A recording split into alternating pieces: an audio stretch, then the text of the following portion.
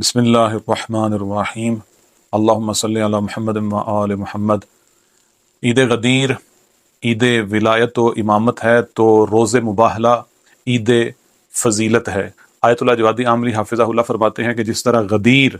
میں امامت واجب رکن ہے، اسی طرح مباہلہ میں ولایت رکن واجب میں سے ہے۔ خدا کی ذات نے مولا علی کی جو فضیلت صراحت کے ساتھ قرآن میں آیا مباہلہ کے ذیل میں فرمائی، اس قدر اور بلند اور صراحت کے ساتھ فضیلت کسی اور جگہ پر نہیں ملتی۔ ایک دفعہ مامون نے امام علی ابن ابو موسیٰ رضا علیہ الصلوۃ والسلام سے کہا کہ مولا علی کی افضلیت کے بارے میں آپ کے پاس کون سا استدلال ہے؟ تو امام علی رضا علیہ الصلوۃ والسلام نے حدیث غدیر نہیں پیش کی، بلکہ امام نے آیا مباہلہ سے استدلال کرتے ہوئے فرمایا کہ مولا علی کی افضلیت، مولا علی کی فضیلت کے لیے میں آیا مباہلہ کی انفسنا کے ذریعے سے استدلال کروں گا۔ تو مولا نے انفسنا کے ذریعے سے استدلال کر کے بتایا کہ یہاں پر خود خدا نے قرآن میں صراحت کے ساتھ مولا علی کو جان پیغمبر کہہ کر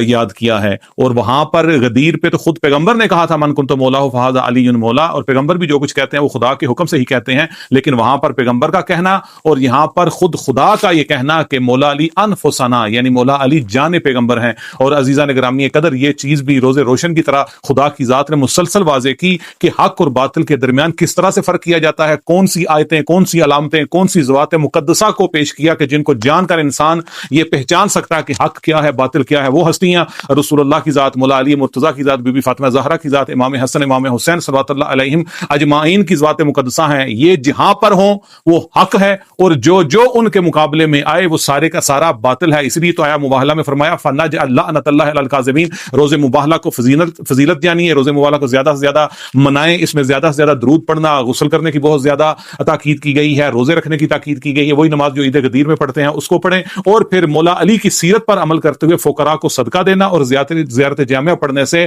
خدا کی طرف سے رحمتیں، برکتیں خدا کی ان انسانوں کے جو اس چیز کو منعقد کریں گے، منائیں گے، ان کے شامل حال ہو جائیں گی۔ اللهم صل على محمد وآل محمد۔